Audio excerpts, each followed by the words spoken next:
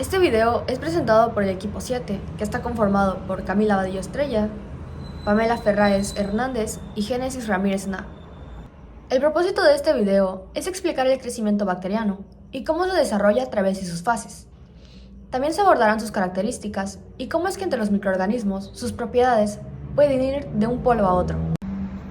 El crecimiento bacteriano se define como el incremento del número de células y es el resultado final de la duplicación de todos los componentes celulares antes de la división que da lugar a dos células hijas. La mayor parte de los microorganismos se multiplican mediante la fisión binaria.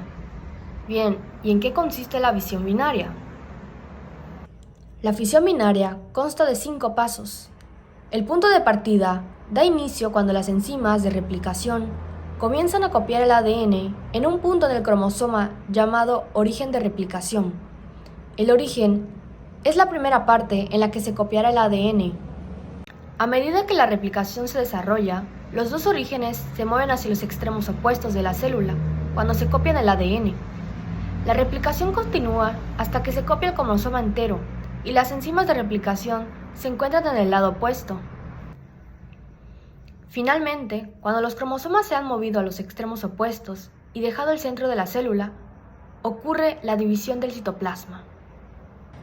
Durante la fisión binaria, la membrana se hunde hacia adentro y permite la formación de un septo o una nueva pared celular en el centro de la célula. Cuando el septo se divide y las dos células se separan, permite que cada una desarrolle su vida como bacterias individuales. Seguidamente, nos ubicamos con las fases del crecimiento microbiano. Esta cuenta con 4.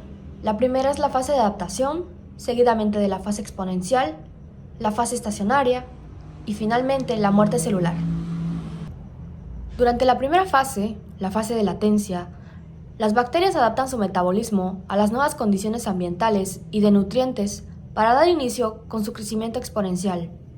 Durante la fase exponencial, la velocidad de crecimiento de las bacterias, tanto como el consumo de nutrientes, son máximos.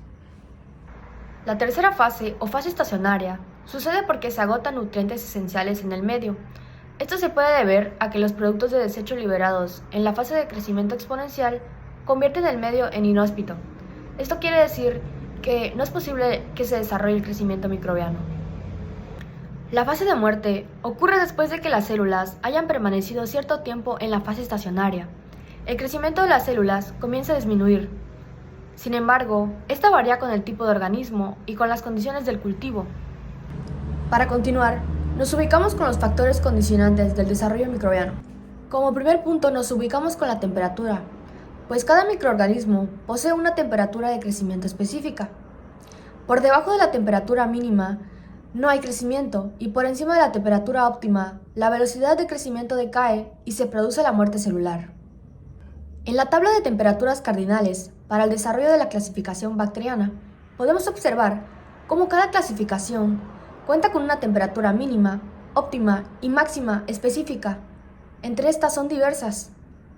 Al igual que con la temperatura, los microorganismos se desarrollan en niveles de pH diferente. Los alcalofilos, por su parte, se desarrollan en ambientes alcalinos, es decir, con pHs mayores de 8. Los neutrófilos son la mayoría de los microorganismos que se desarrollan a un pH 7, y los acidofilos se desarrollan en ambientes ácidos, es decir, con pHs inferiores a 5.